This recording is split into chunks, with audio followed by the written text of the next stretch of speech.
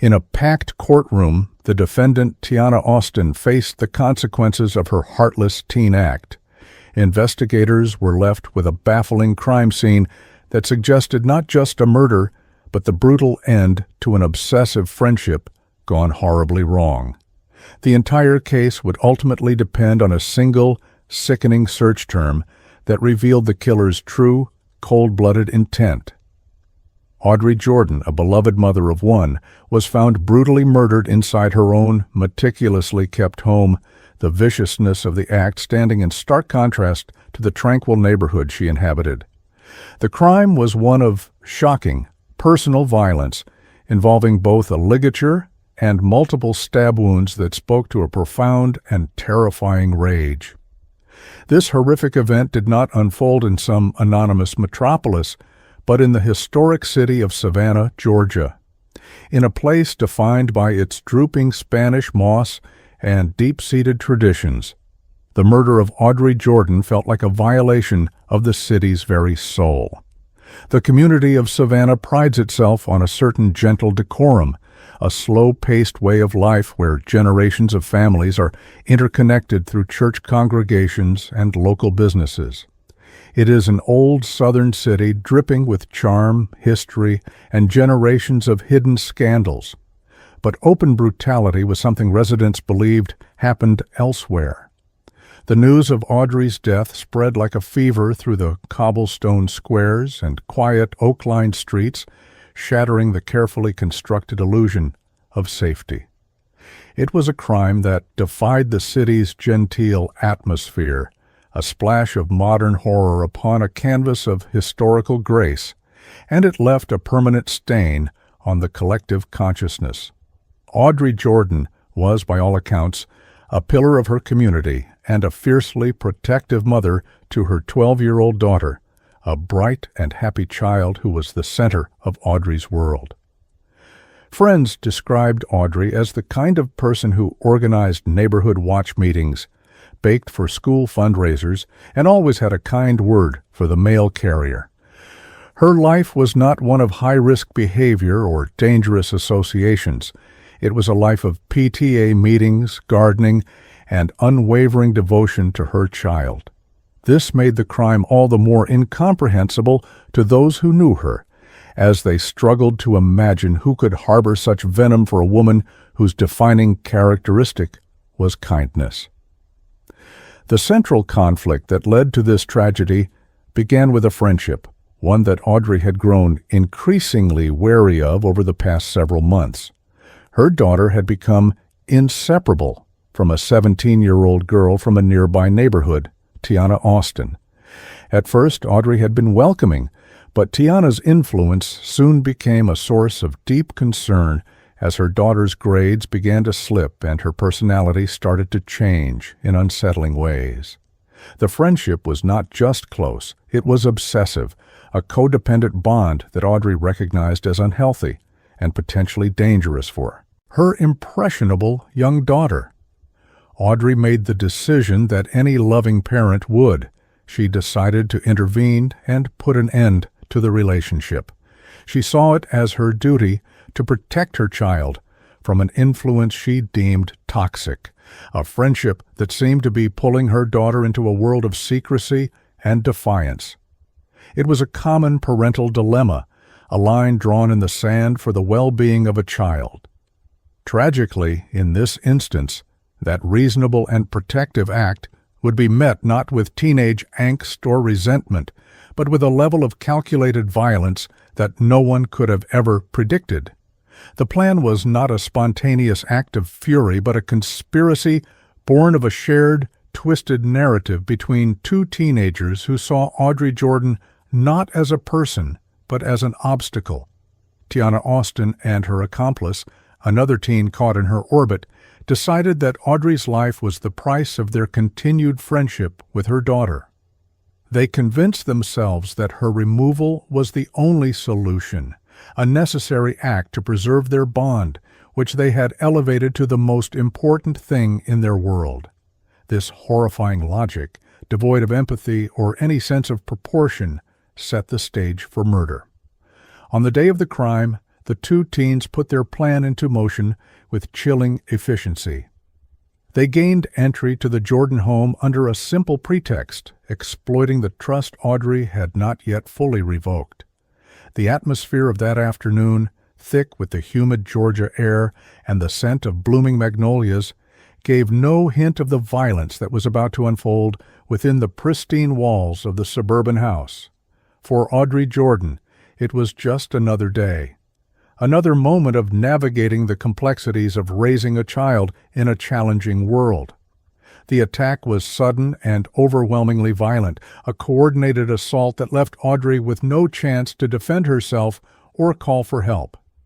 The two perpetrators acted with a singular, brutal purpose, their teenage frames belying the strength and ferocity of their actions.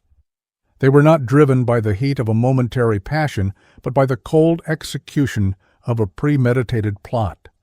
In those final, terrifying moments, Audrey's life was extinguished by the very teenagers she had sought to keep away from her child, a final gut-wrenching irony in a story defined by misplaced loyalties and corrupted innocence. The quiet street remained undisturbed, the placid exterior of the home hiding the monstrous secret within its walls, a secret that would soon send a shockwave of horror through the heart of Savannah. Lead Detective Hannah Taylor of the Savannah Police Department was the first to arrive at the scene, and it was a sight that would stay with her for the rest of her career. She was a seasoned investigator, accustomed to the darker side of human nature that often festered beneath the city's picturesque facade. Yet the scene in Audrey Jordan's living room was different, possessing a level of personal cruelty that was deeply unsettling. The evidence of a struggle was minimal, suggesting a swift and merciless ambush against a woman in the sanctity of her own home. Detective Taylor's initial walkthrough revealed the dual nature of the assault, a combination of methods that spoke to a frantic yet determined level of overkill. The presence of the ligature suggested a desire for control and silence, while the frenzied stab wounds pointed to a deep-seated, explosive rage. It was this combination that struck Taylor as particularly unusual. It felt both coldly planned and passionately executed, a contradiction that would become a hallmark of the entire case.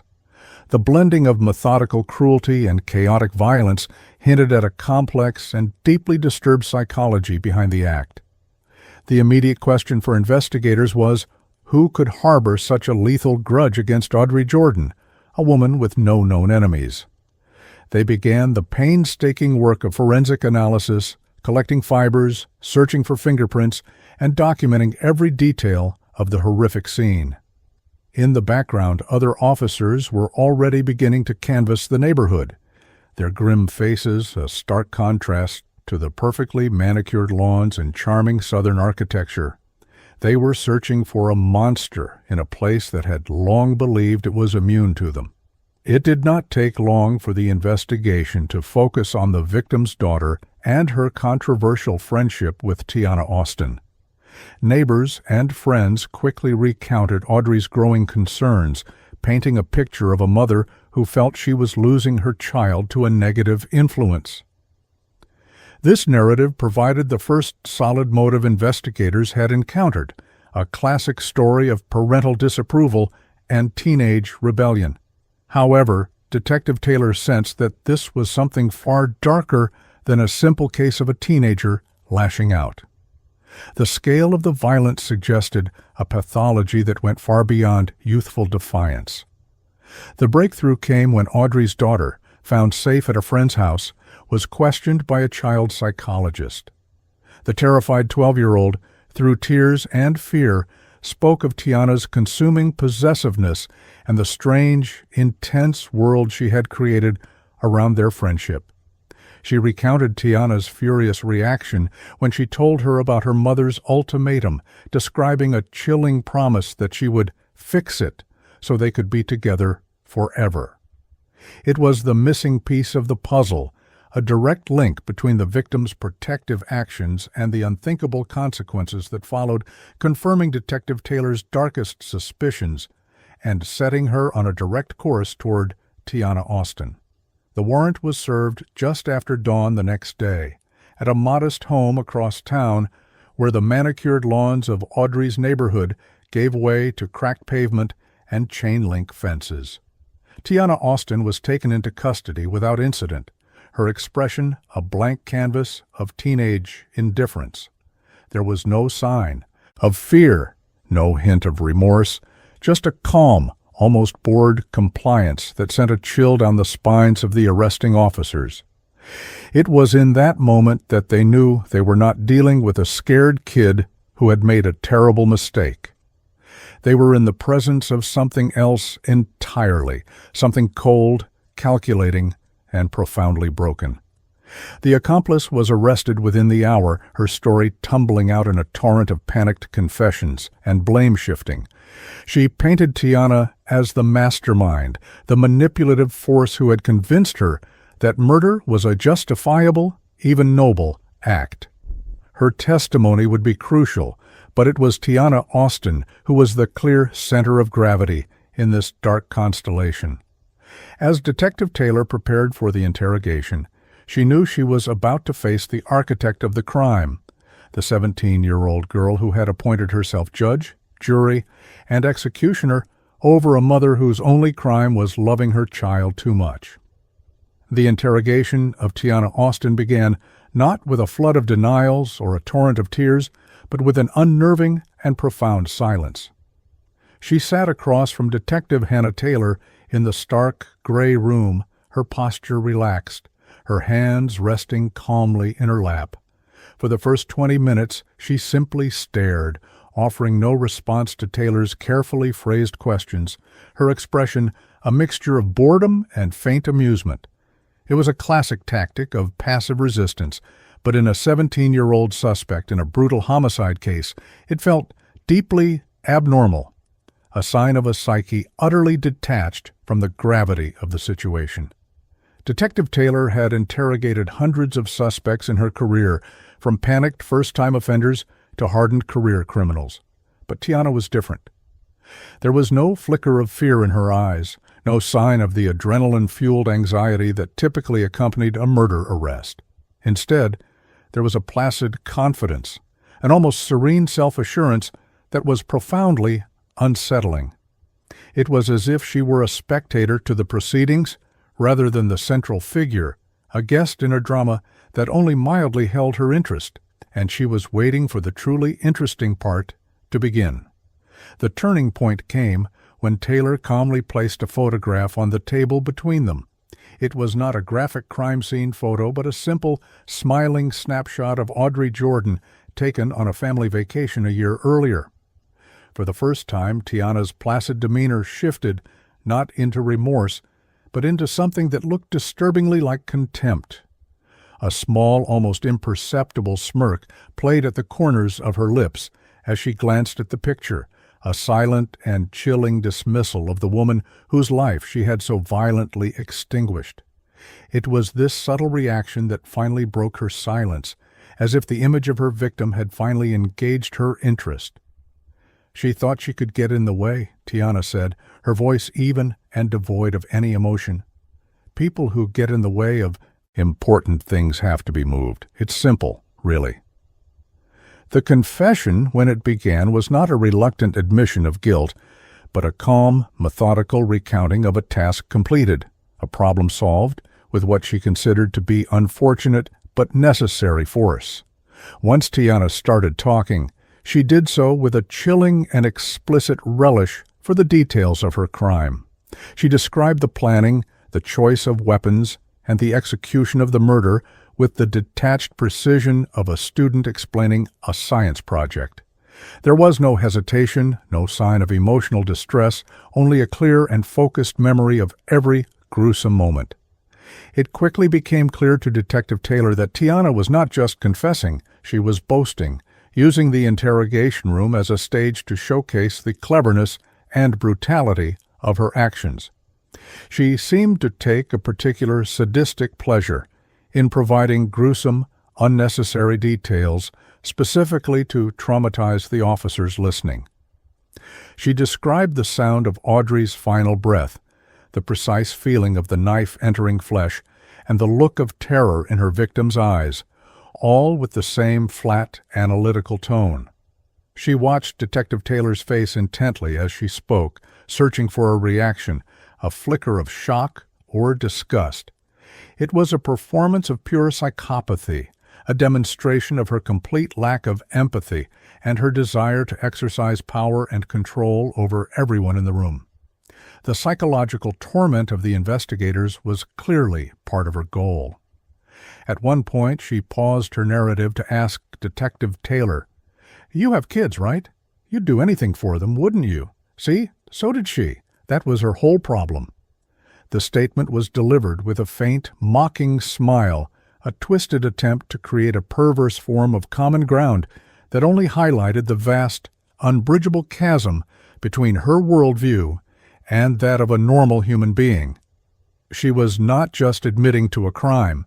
She was deconstructing and justifying it through a lens of profound narcissism. Her account left no room for ambiguity about her role as the dominant force in the conspiracy. She spoke of her accomplice not as a partner, but as a tool, an easily manipulated follower who carried out her instructions without question. In Tiana's telling of the story, she was the sole architect, the visionary who saw the problem of Audrey Jordan and devised the solution. This assertion of dominance was crucial to her self-perception. She needed the police, and by extension the world, to understand that this was her achievement, her act of will. The confession was recorded on video, a document that would later prove to be one of the most powerful pieces of evidence in the case. The footage captured the stark contrast between her youthful appearance and the ancient, cold-blooded nature of her words. She was a 17-year-old girl with the eyes of a predator, calmly articulating a philosophy where human life was disposable if it interfered with her desires. The sheer lack of remorse was the most terrifying aspect of her testimony. She spoke of murder with the emotional investment one might have for tidying a room. As she detailed the disposal of evidence and the alibi she had constructed, she would occasionally offer critiques of her own performance, noting small mistakes she had made with a sigh of mild disappointment. "We should have used a different kind of cleaning agent for the floors," she mused at one point, as if offering advice to a future killer. "The ammonia smell is always a giveaway if you don't air the place out for at least 12 hours. This level of dispassionate self-assessment was beyond chilling.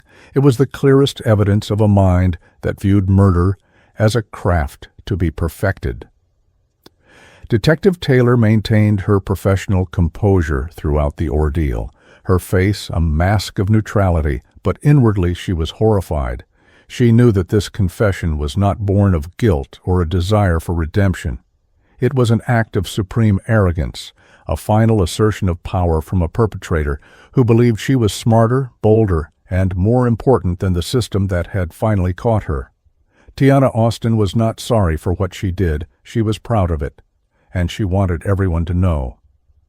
When the confession was finally over, Tiana leaned back in her chair looking satisfied as if she had just completed a long and challenging exam with flying colors. She asked for a soda, her tone casual, as if she had just finished a friendly chat rather than detailing a brutal homicide. The request, so mundane and inappropriate, was a final jarring reminder of her complete and terrifying detachment from reality. The system had the confession it needed, but the officers who heard it were left with a haunting and unforgettable glimpse into the abyss of a human soul utterly devoid of light. The legal machinery began to turn with Tiana's confession as its primary fuel. The district attorney's office, upon reviewing the videotape, knew they had an exceptionally strong case, but one that would also be uniquely challenging. The perpetrator was a minor, yet her crime and her subsequent confession were characterized by an adult level of cold-blooded calculation and sadism. The city of Savannah, already reeling from the brutality of the murder, was about to be confronted with the even more disturbing reality of the mind that had conceived it. The question of justice for Audrey Jordan was no longer in doubt, but the process of achieving it would force the community to confront uncomfortable truths about the nature of evil and where it could be found. As prosecutors began to build their case against Tiana Austin, they tasked Detective Hannah Taylor and her team with digging deeper into the 17-year-old's life, searching for the origins of the monster who had confessed with such pride. The narrative Tiana presented was one of supreme confidence and control, but investigators knew that such profound pathology was rarely formed in a vacuum. Beneath the surface of her chilling arrogance, they suspected, lay a story that could explain, though never excuse, the darkness that had taken root within her. The investigation turned from the what of the crime to the why, a journey that led them into the shadows of Tiana's own home. The picture of Tiana's life that emerged was one of profound and sustained neglect, a childhood devoid of the stability and affection necessary for healthy development. Her home was not a sanctuary, but a place of quiet chaos, presided over by a series of transient figures and caregivers who were, at best, indifferent and, at worst, actively hostile. Her primary guardians were an overwhelmed grandmother and a string of her grandmother's boyfriends, each bringing their own brand of instability and casual cruelty into the household. This environment was the fertile ground in which Tiana's twisted worldview was allowed to grow, unchecked and unguided. Interviews with former neighbors and school officials painted a heartbreaking portrait of a child who had essentially raised herself. They spoke of a young Tiana who was often unkempt, hungry, and desperate for any form of attention, positive or negative. She was a ghost in the system, a child who slipped through the cracks of social services and school counseling, her visible signs of distress dismissed as behavioral problems or teenage angst. This was not a history of a single traumatic event, but a long, slow-motion disaster of chronic abuse and emotional abandonment. The investigation into the child perpetrator revealed a history of unspeakable abuse and neglect at the hands of their caregivers, complicating the narrative of pure evil. Detectives uncovered evidence of physical abuse from one of her grandmother's former partners, a man who had used pain and intimidation as his primary tools of discipline. More profoundly, however, was the evidence of deep psychological abuse. Tiana had been relentlessly belittled, told she was worthless, and made to feel like a burden her entire life. This constant emotional battery had eroded her capacity for empathy and taught her that manipulation and aggression were the only effective means of survival and control. This new information presented a complex challenge for the prosecution. While it in no way mitigated the horror of her crime, it did provide a context that blurred the clean lines between a monstrous perpetrator and a damaged victim. The defense would undoubtedly seize upon this history, arguing that Tiana was not born a monster, but was created by a system and a family that had catastrophically failed her. Prosecutor Penelope Clark knew that she would have to navigate this delicate territory carefully, acknowledging the tragedy of Tiana's upbringing, while steadfastly refusing to let it become an excuse for the murder of Audrey Jordan. The discovery of this abuse forced everyone involved to look at the case through a new, more troubling lens. Tiana's obsessive need for control, so evident in her relationship with Audrey's daughter and in her chilling confession, could now be seen as a twisted reflection of her own powerless upbringing. Having been denied any sense of agency or safety throughout her childhood, she had become pathologically driven to control her environment and the people in it. The obsessive friendship was not just a friendship, it was a lifeline, a kingdom of her own making where she held all the power, and she had killed to protect that kingdom. Detective Taylor found herself wrestling with a sense of systemic guilt. She saw the multiple points at which Tiana's life could have been redirected, the ignored calls to child services from a concerned teacher, the dismissed reports of domestic disturbances at her home. Tiana was a product of 1,000 tiny failures, a walking, talking embodiment of a community's blind spots. This realization did not soften her resolve to see justice done for Audrey Jordan, but it added a layer of profound tragedy to an already heartbreaking case. The prosecution's strategy had to adapt to this new reality. They decided to preemptively introduce the evidence of Tiana's abuse themselves, framing it not as an excuse but as a roadmap to her pathology. They would argue that her horrific childhood had indeed shaped her, but it had not predetermined her actions. Instead, it had equipped her with a unique capacity for cruelty and a complete disregard for the value of human life, transforming her personal trauma into a weapon that she had deliberately and consciously turned on an innocent woman. This approach was designed to strip the defense of its primary narrative weapon. By confronting the abuse head-on, Penelope Clark could show the jury that she understood the complexities of the case, that she was not presenting a one-dimensional cartoon villain.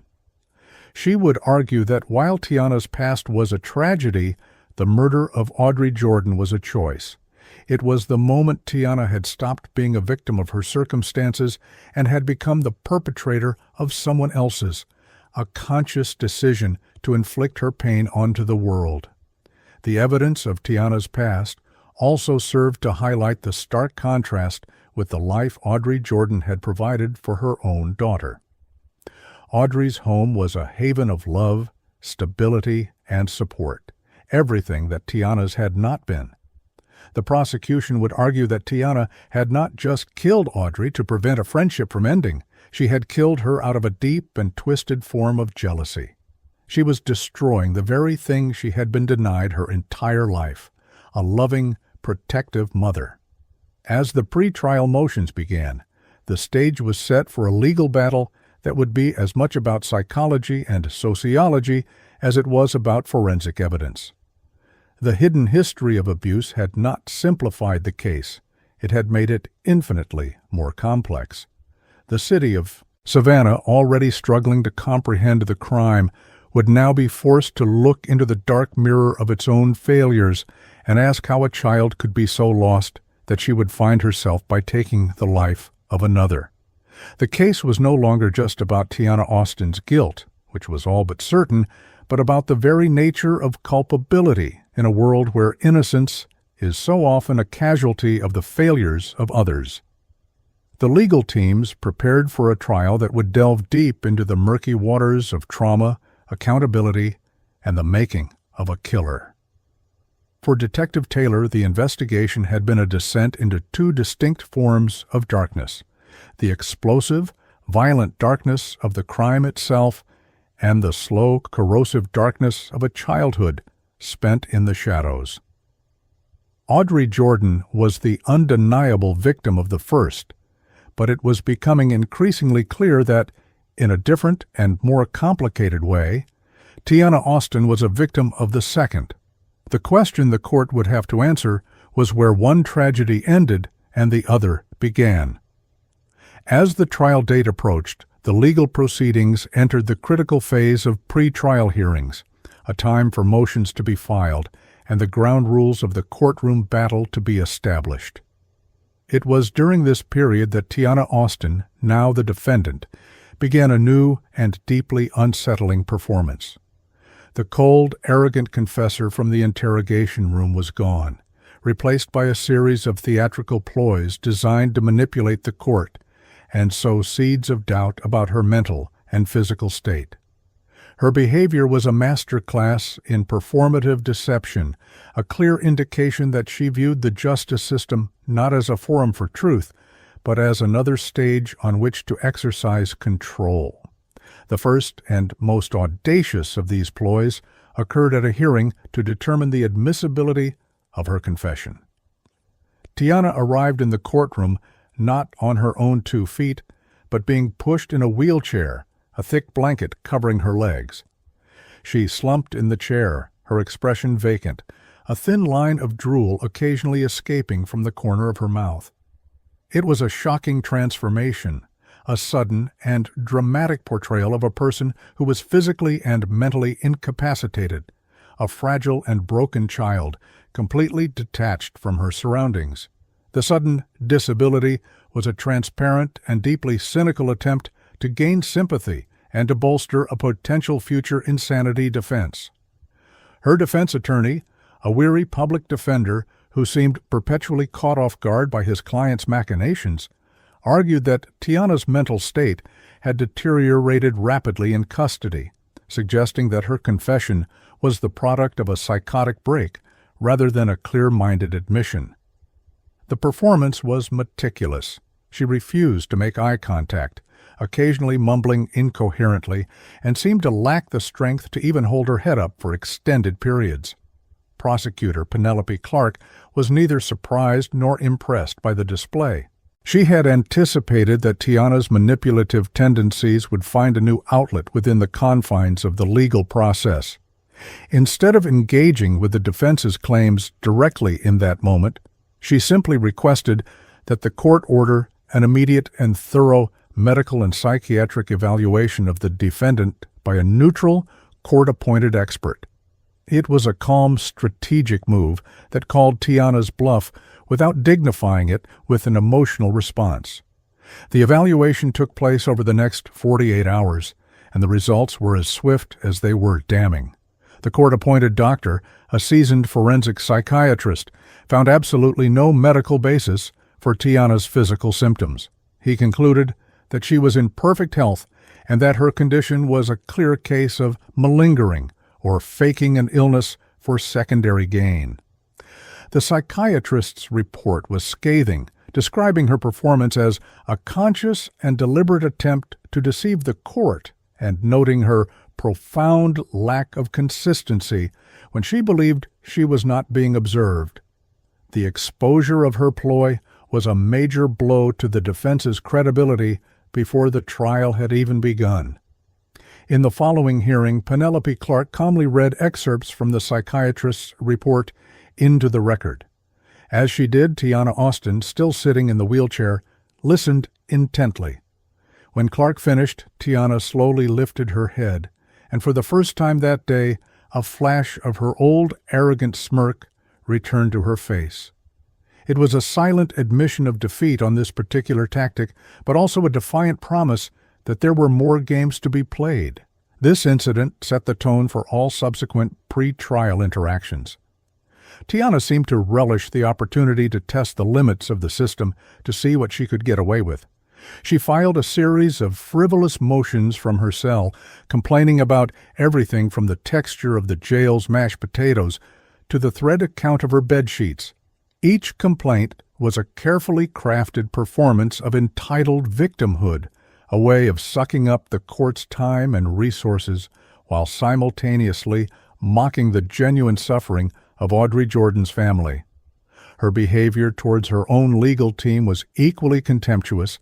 She openly mocked her public defender in open court, rolling her eyes at his arguments and occasionally letting out a theatrical sigh of boredom. It was clear that she saw him not as an advocate, but as an incompetent pawn in her game. This defiance made her lawyer's job nearly impossible, as he was forced to build a defense for a client who seemed determined to sabotage her own case at every turn, seemingly for her own amusement. The wheelchair stunt was just the beginning of a pattern of behavior that revealed the true depths of her narcissism and her contempt for the legal process. She was not interested in justice or mercy. She was interested in attention and control. The courtroom was her new kingdom, and she was determined to be its chaotic and unpredictable queen. This escalating series of manipulative acts served only to strengthen the prosecution's resolve and to paint a clearer picture for the public of the unrepentant killer they were dealing with. The local Savannah media, which had been closely following the case, reported on each of Tiana's courtroom antics with a mixture of fascination and disgust. The story of the wheelchair killer, as one headline dubbed her, only deepened the community's horror. They saw in her actions a profound disrespect for the memory of Audrey Jordan and a complete lack of remorse for the family she had shattered. The mask of disability had been ripped away, revealing the same cold, calculating face from the interrogation room. For Audrey Jordan's family, attending these hearings was an exercise in pure agony. They were forced to sit just a few feet away from the girl who had murdered their loved one and watch her play these sickening games with the system. They saw no sign of the abused and broken child the defense was preparing to portray, only a remorseless predator who was enjoying her moment in the spotlight. Their quiet dignity in the face of Tiana's provocations was a powerful, silent testament to the woman they had lost. As the judge denied the defense's motion to suppress the confession and set a final date for the trial, Tiana Austin was wheeled out of the courtroom. Just before she passed through the doors, she caught the eye of Detective Taylor, who was sitting in the gallery.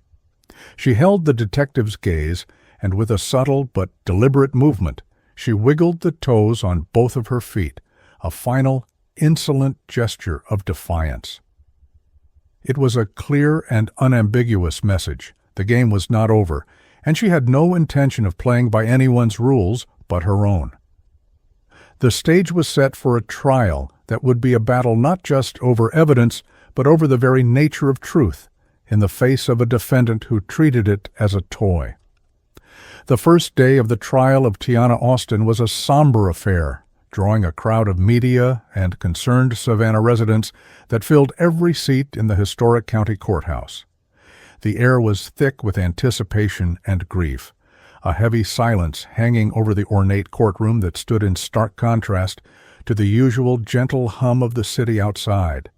Tiana, now stripped of her wheelchair prop, walked to the defendant's table with a confident stride, her face a mask of detached indifference.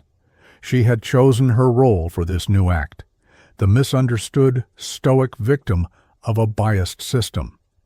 The central and most immediate conflict of the trial was established before the first witness was even called to the stand.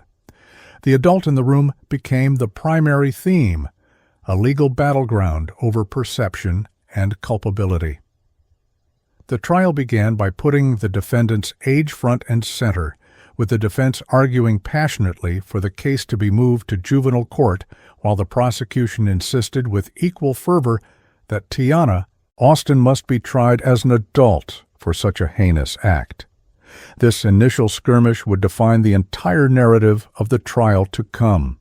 Tiana's defense attorney argued that his 17-year-old client, despite her chronological age, lacked the emotional and psychological maturity to be held to adult standards.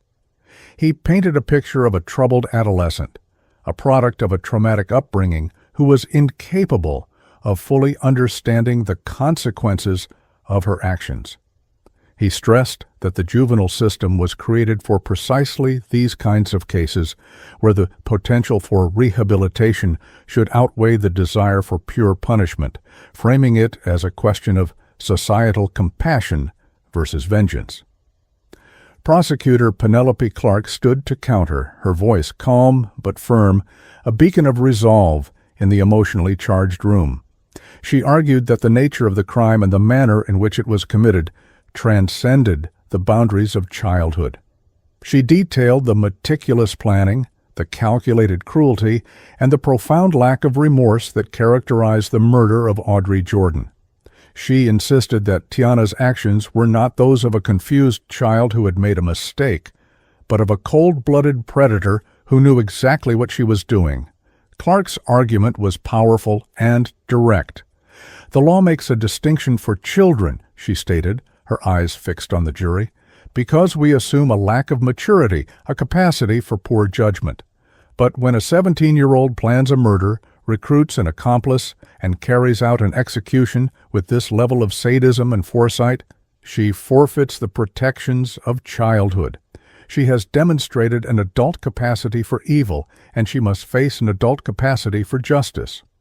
The statement hung in the air, a direct challenge to the defense's portrayal of Tiana as a lost and helpless girl. The judge, a stern figure who had presided over Savannah's courts for decades, listened to both arguments intently. The decision was a critical one, as it would not only determine the legal venue, but also the potential severity of the sentence if Tiana were to be convicted. A conviction in juvenile court would mean a significantly shorter period of incarceration, with a focus on rehabilitation, while a conviction in adult court opened the door to a sentence of life in prison. The fate of Tiana Austin hinged on this single ruling. While the lawyers debated her future, Tiana herself remained impassive. She watched the proceedings with a detached curiosity, occasionally whispering to her attorney, not with concern, but with what appeared to be strategic suggestions. She was an active participant in her own defense, not as a frightened defendant, but as a co-counsel, her mind clearly working on the angles and possibilities. This behavior, witnessed by the jury, subtly undermined her own lawyer's argument that she was a child who lacked comprehension. Ultimately, the judge ruled in favor of the prosecution. He cited the extreme violence of the crime and the evidence of significant premeditation as the primary factors in his decision to keep the trial in adult criminal court. A collective, quiet sigh of relief could be heard from the side of the courtroom where Audrey Jordan's family sat, their faces etched with the pain of their loss. For them, this was the first small step toward a justice that felt appropriate for the scale of the horror that had been inflicted upon them. With that foundational issue settled, the opening statements began. Tiana's lawyer, forced to pivot, continued to lean on the theme of her traumatic past, preparing the jury for a defense that would be built on a foundation of sympathy and psychological mitigation. He portrayed her not as evil, but as broken, a victim lashing out in the only way she knew how. It was a narrative designed to soften the jury's hearts, to make them see a lost child instead of a ruthless killer. Penelope Clark, however, used her opening statement to frame the case in stark, uncompromising terms. She walked the jury through the final day of Audrey Jordan's life, painting a vivid picture of a loving mother whose world was about to be shattered. She then detailed the cold, calculated steps Tiana took to end that life, concluding with a powerful promise. "We will not allow the defendant to use her own tragic past as a shield," Clark declared. "Because on the day she murdered Audrey Jordan, she was not a child. She was a predator, and this trial is about holding that predator accountable." The trial had officially begun, and its central conflict was now clear. It was a clash of two opposing narratives: the defense's story of a broken child created by trauma, and the prosecution's story of a cunning predator who chose to become a monster. Tiana Austin, the 17-year-old at the center of it all, watched from the defendant's table, her expression unreadable. The battle for her future was underway, but in her eyes there was a flicker of something that suggested she believed this was a game she could still win. The city of Savannah held its breath, waiting to see if justice for Audrey Jordan would prevail.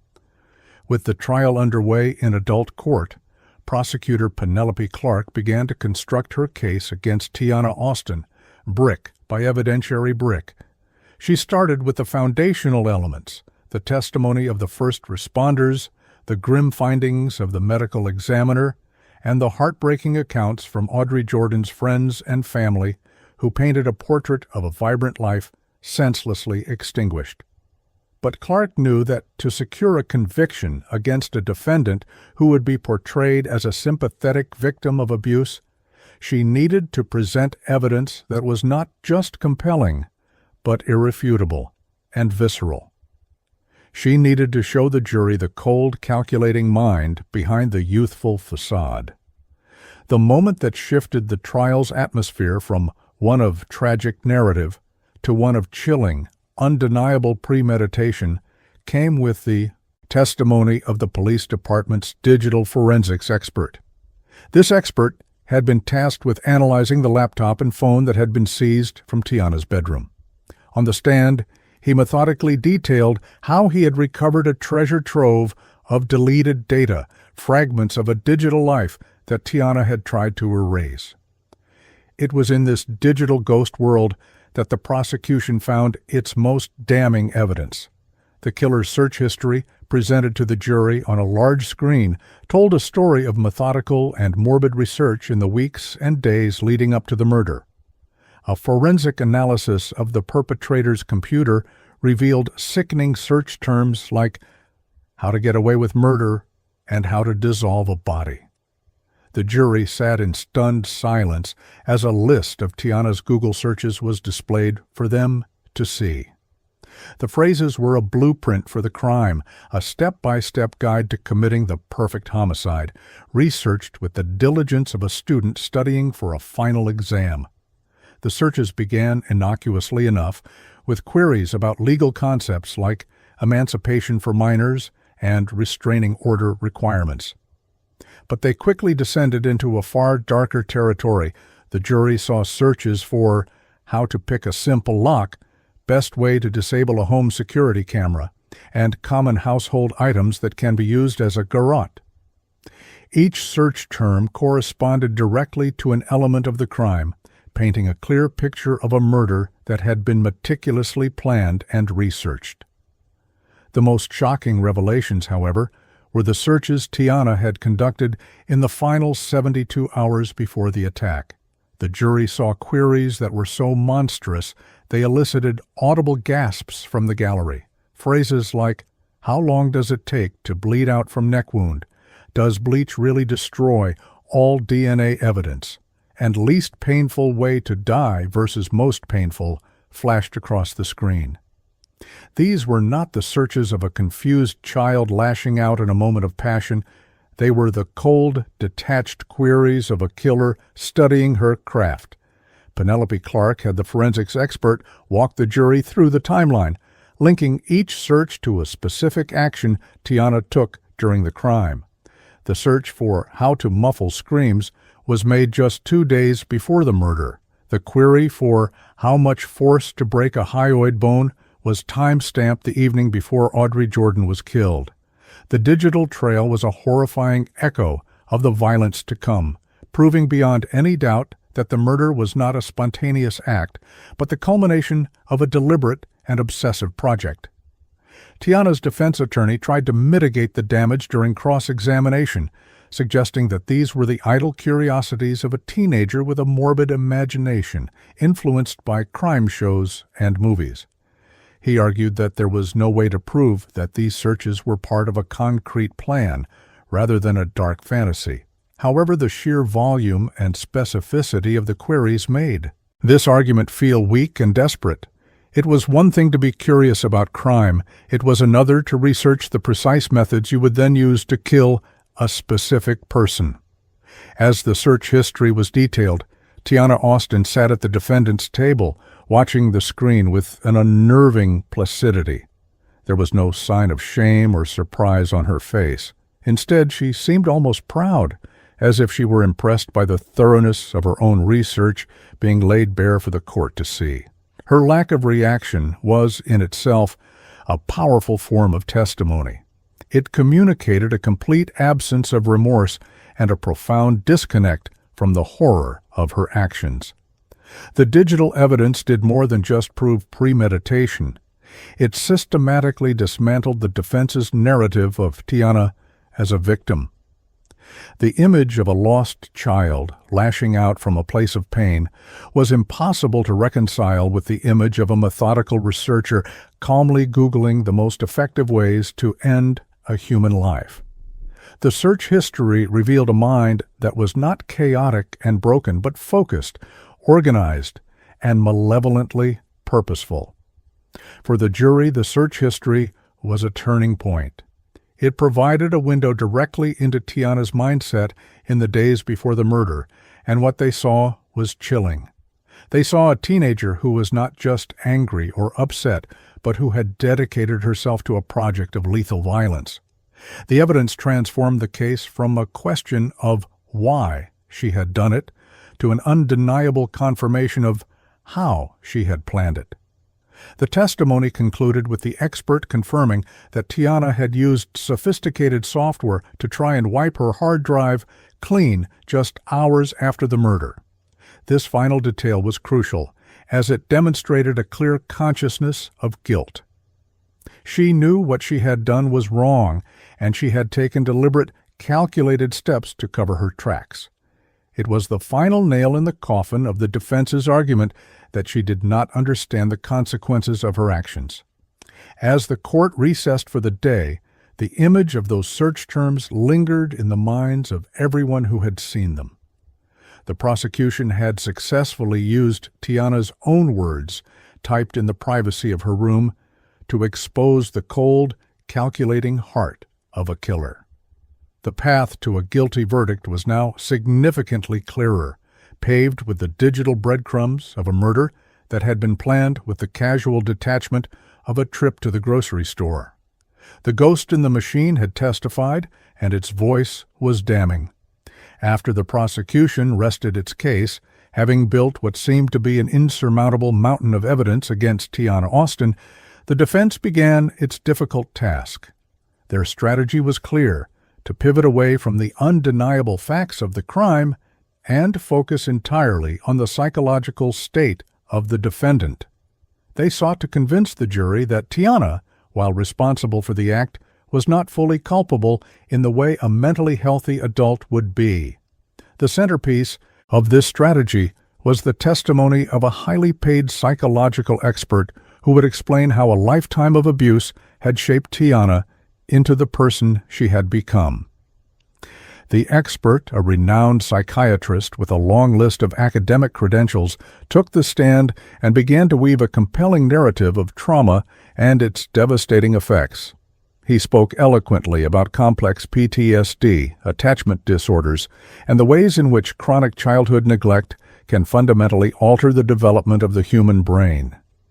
He explained that Tiana's inability to feel empathy, her obsessive need for control, and her capacity for violence were not signs of inherent evil, but predictable symptoms of the horrific abuse she had endured. He argued that she was, in essence, a victim of a psychological wound so deep that it had crippled her moral compass. The testimony was powerful, and for a time it seemed to resonate in the courtroom. The psychiatrist presented Tiana not as a monster, but as a deeply damaged individual, a child soldier, in a war she had never asked to fight. He suggested that when Tiana killed Audrey Jordan, she was not acting out of malice, but from a distorted, trauma-induced survival instinct, perceiving the mother's intervention as a life-threatening annihilation of the only stable relationship she had ever known. It was a narrative designed to transform the jury's condemnation into a reluctant, sorrowful understanding. The defense attorney guided his witness skillfully, building a sympathetic portrait of his client that stood in stark contrast to the cold-blooded killer the prosecution had described. For the first time since the trial began, a sliver of doubt seemed to enter the room. Perhaps Tiana was not the embodiment of pure evil. Perhaps she was something far more tragic, a testament to society's failure to protect its most vulnerable. Then, it was Penelope Clark's turn to cross-examine. She approached the witness stand not with aggression, but with a quiet, methodical precision. She began by acknowledging the psychiatrist's expertise and expressing her own sorrow for the undeniable hardships of Tiana's childhood. This initial approach disarmed the witness, creating a false sense of security before she began to meticulously deconstruct his entire testimony. Clark's cross-examination was a masterclass in legal strategy. She did not challenge the science of trauma, but instead focused on the expert's application of that science to this specific defendant. She brought up Tiana's calculated efforts to deceive the court, such as the fake disability in the wheelchair. Doctor, Clark asked calmly, is a sophisticated multi-day effort to malinger a severe illness complete with faked symptoms, consistent with a person who lacks the capacity to understand consequences or manipulate others? The psychiatrist was forced to concede that it was not. The turning point came when Clark shifted her questioning to the expert's own evaluation of the defendant. Under oath, the defendant's own expert turns. Under cross-examination, the defense's own psychological expert is forced to admit that the defendant's behavior is consistent with psychopathy. Clark methodically walked him through the diagnostic criteria for psychopathy, a term he had conspicuously avoided in his direct testimony. She listed the traits one by one: a pathological need for control, a grandiose sense of self-worth, a lack of empathy, and a manipulative disposition. With each criterion, Clark presented a piece of evidence from the case: the obsessive control over Audrey's daughter, the proud, bragging confession to the police, the attempt to fake a disability, the contemptuous treatment of her own lawyer. For each point, she asked the psychiatrist, "Is this behavior consistent with that trait, doctor?" Reluctantly, and with growing discomfort, the expert was forced to answer yes again and again. The defense attorney objected repeatedly, but the judge overruled him each time, allowing the prosecutor to continue her line of questioning. Penelope Clark was not putting words in the witness's mouth. She was forcing him to confront the logical conclusions of his own field of expertise when applied to the overwhelming evidence. The witness, who had been so confident and articulate moments before, began to stammer, his carefully constructed narrative crumbling under the weight of Tiana's own documented actions. The final exchange was devastating.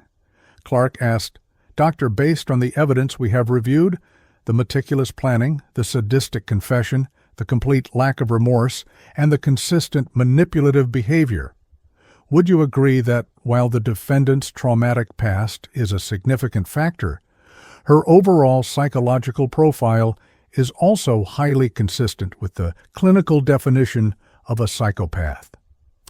The courtroom was silent.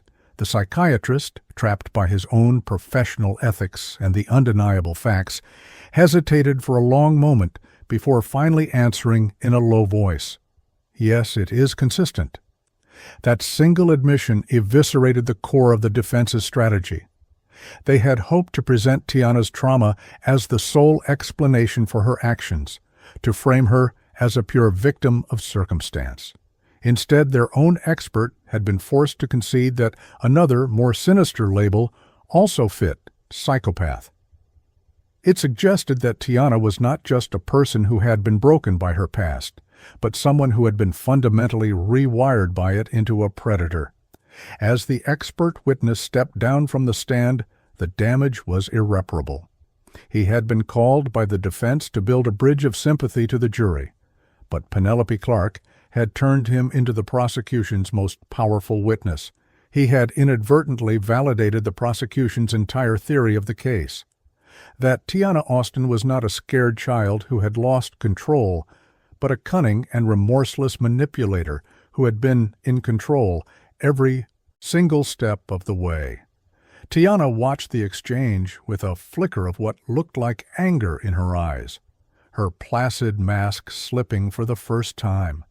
She was not angry at the prosecutor who had destroyed her defense. She was angry at the expert witness who had, in her view, betrayed her. In her narcissistic world, his professional honesty was an act of personal disloyalty.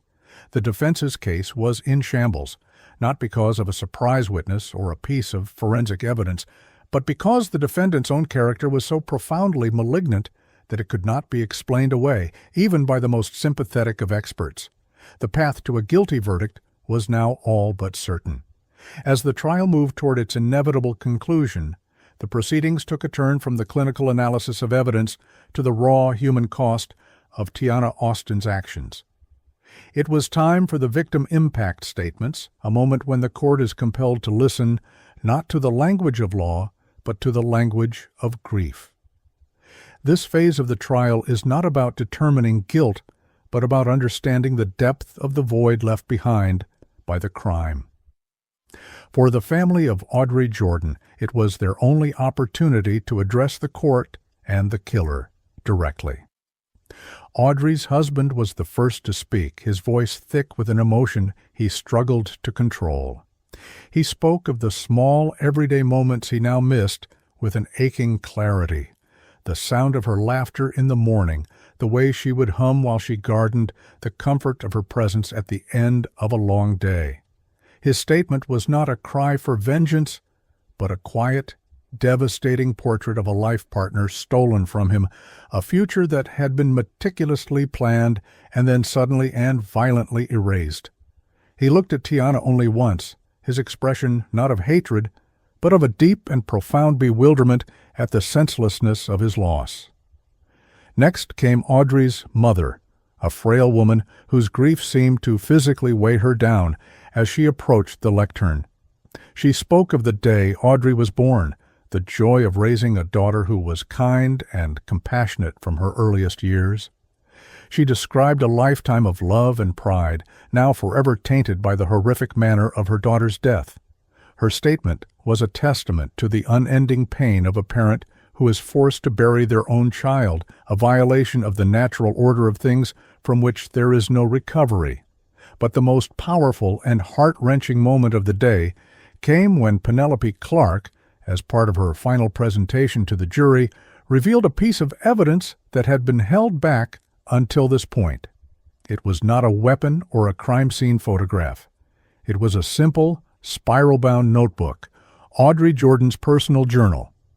Clark explained that inside, Audrey would occasionally write letters to her future self, a way of documenting her hopes, dreams, and aspirations. With the judge's permission, Clark announced that she would read the final entry, written just one week before Audrey was murdered. A letter from the victim, a letter the victim wrote to their future self full of hopes and dreams, is read aloud, a heartbreaking testament to the future that was stolen. The prosecutor's voice was steady, but imbued with a solemnity that commanded the absolute attention of everyone in the courtroom. The words she was about to read were, in essence, a voice from beyond the grave. "Dear future Audrey," the letter began, and a hush fell over the room. "I hope by the time you read this you've finally taken that trip to Italy we've been talking about for years. I hope you've seen the canals of Venice and eaten pasta until you couldn't move. I hope our daughter is happy and thriving in high school and that we've successfully navigated these tricky teenage years. I worry about her so much sometimes, about the world she's growing up in, but I know our love will be her anchor." The letter continued, filled with the mundane but beautiful hopes of a life in progress.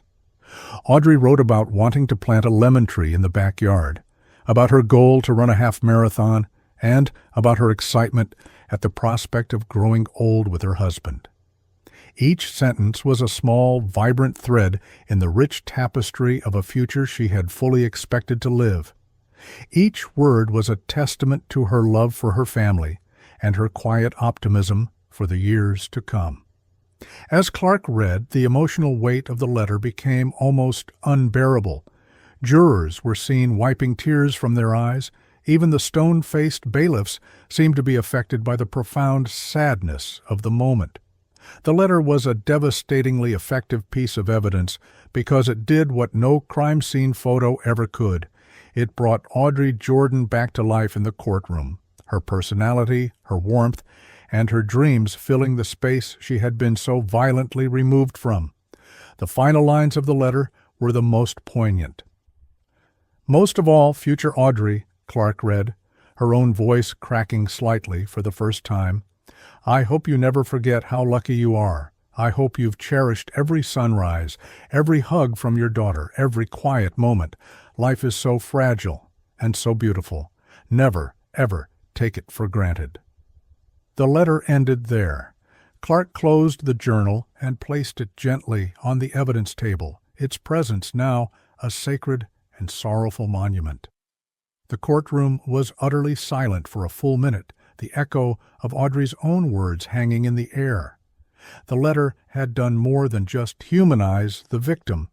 It had magnified the scale of the crime to an almost infinite degree.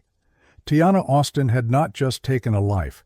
She had stolen 1,000 future sunrises, 1,000,000 quiet moments, a lifetime of unrealized dreams. She had destroyed not just a person, but a world. During the reading, Tiana herself remained impassive, her face a blank slate.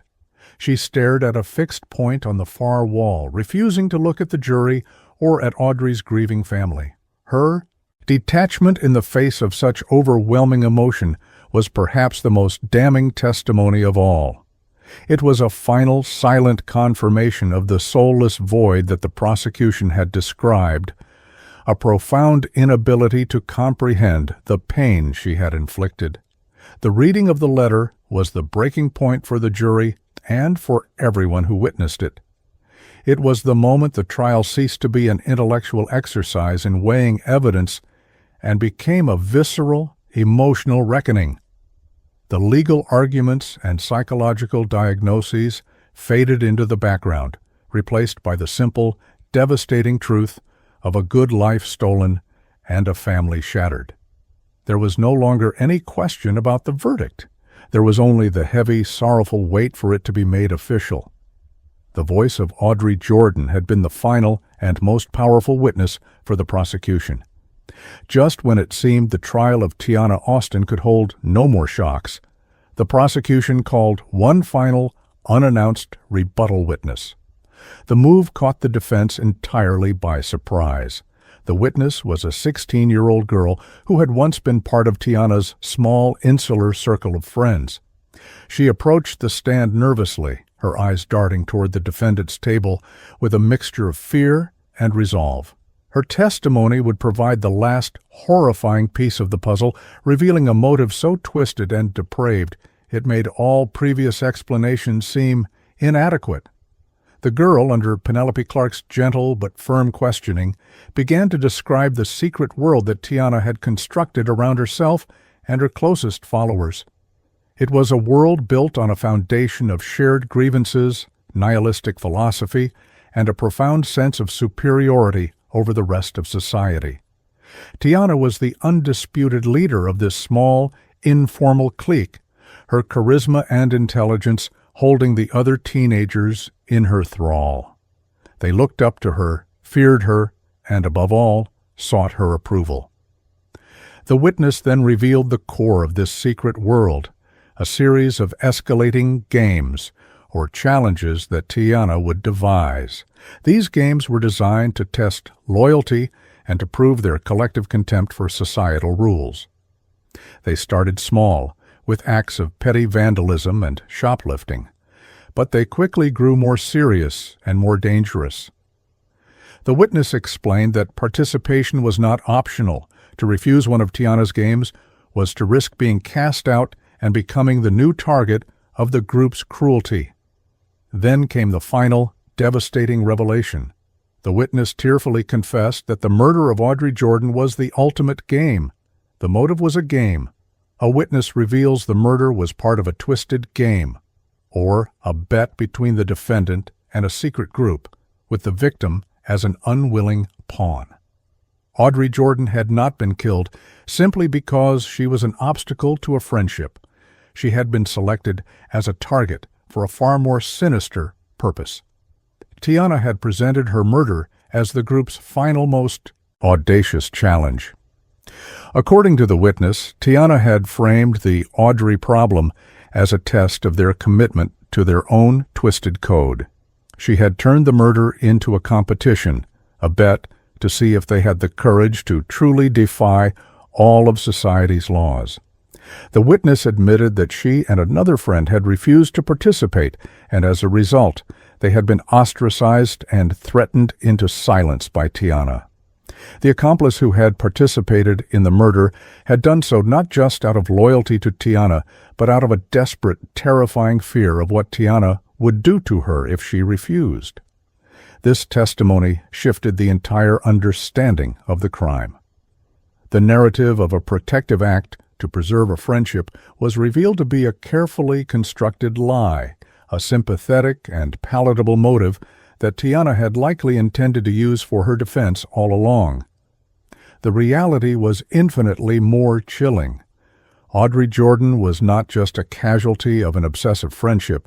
She was a disposable pawn in a sociopathic teenager's power trip, a human sacrifice to prove a philosophical point. The prosecution pressed the witness for more details about this game. She explained that Tiana had laid out the rules, the stakes, and the potential rewards, which were nothing more than status and approval within their small, toxic circle.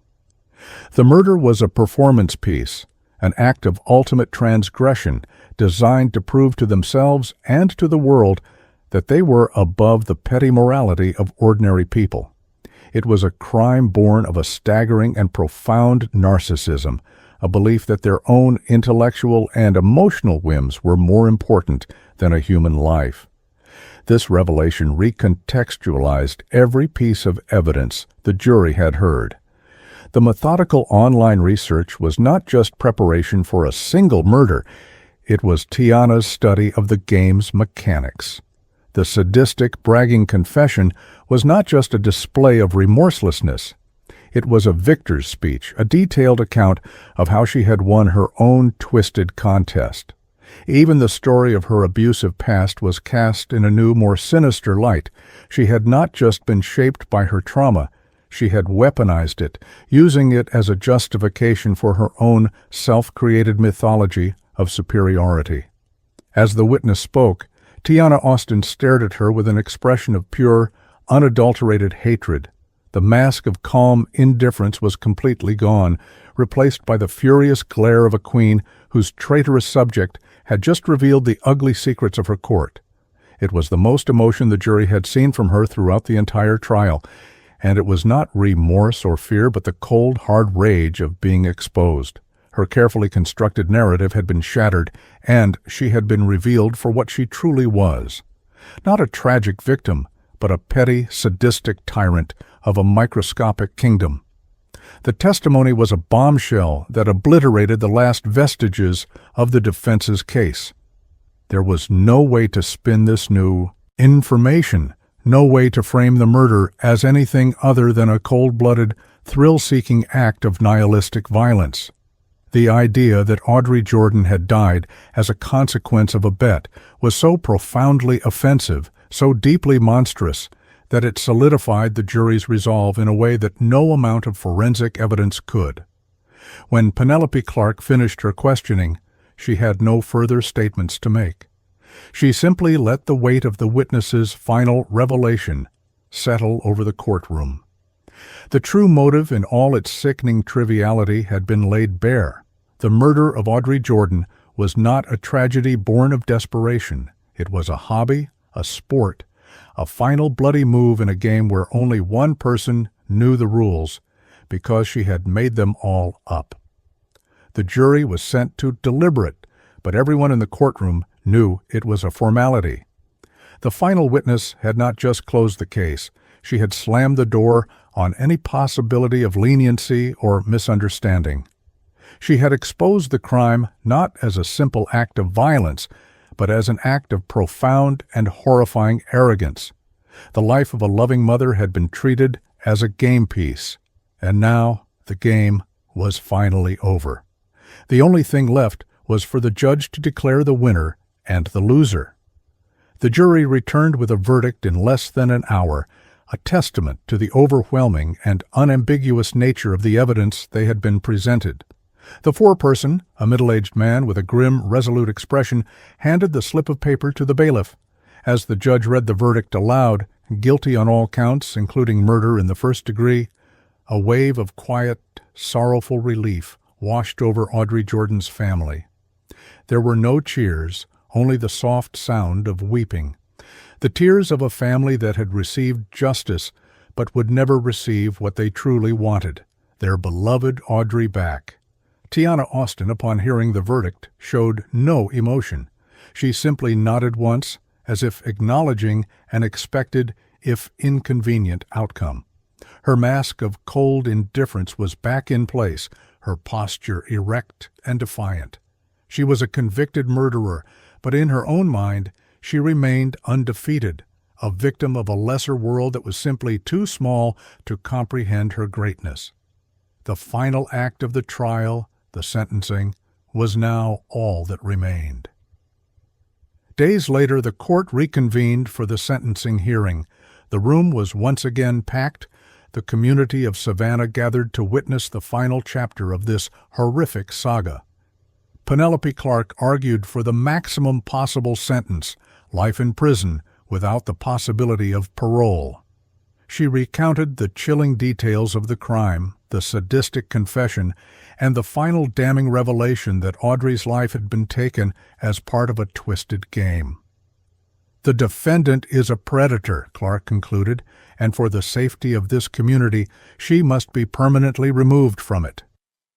The defense attorney made a final, impassioned plea for leniency, once again invoking the specter of Tiana's abusive childhood. He argued that life without parole for a 17-year-old was a cruel and unusual punishment, a sentence that abandoned all hope of rehabilitation. He asked the judge to see the damaged child beneath the monstrous facade and to offer a sentence that allowed for the possibility, however remote, of eventual redemption. It was a plea for mercy in a case that had been defined by its absolute absence. Then the judge offered Tiana the opportunity to make a final statement. She stood, her hands cuffed in front of her, and surveyed the courtroom with a calm, deliberate gaze. She ignored her lawyer's frantic whispers to remain silent. For a moment it seemed she might offer an apology, a single word of remorse that might grant a sliver of peace to her victim's family. Instead, what came was one last shocking act of defiance. Her statement was not one of remorse but of contempt. She spoke of her own superiority, of her disappointment in a world too weak to understand her. She did not apologize for the murder. She rationalized it as a necessary act of will. Then, turning her head slightly, she looked directly at Audrey Jordan's weeping husband and offered a small, chilling smirk. It was a final, silent taunt, an act of pure, unadulterated evil that sucked the air from the room. The judge, a man known for his stoicism, was visibly enraged by her statement. His face hardened, and his voice, when he spoke, was like the crack of a whip. He delivered a blistering speech, condemning not only her actions, but her very character, his words a torrent of righteous fury. He spoke of the sanctity of life and the profound depravity she had shown. And then he handed down the sentence, life in prison without the possibility of parole. It was in that precise moment, as the finality of her fate settled upon her, that Tiana Austin's composure finally, violently shattered. The cold, calculating mask disintegrated, and the raw, feral rage beneath was unleashed. As the bailiffs moved to escort her from the courtroom, she suddenly lunged, not towards the exit, but towards the witness stand, a wild, desperate, and ultimately futile attempt to escape. An escape from the courtroom. In a stunning final act of violence, the defendant makes a desperate, failed escape attempt from the courtroom itself after the sentence is read. The scene descended into chaos. Tiana thrashed and screamed, her voice a guttural roar of pure impotent fury. It took 4 large bailiffs to subdue her, her teenage frame fueled by a terrifying primal strength. She kicked and spat, her carefully constructed persona of intellectual superiority dissolving into a pathetic, flailing tantrum. In that moment, she was not a cunning mastermind or a tragic victim. She was a cornered animal, lashing out with mindless violence. The outburst was a shocking and fitting end to the trial. It was the last desperate gambit of a narcissist who had lost the ultimate.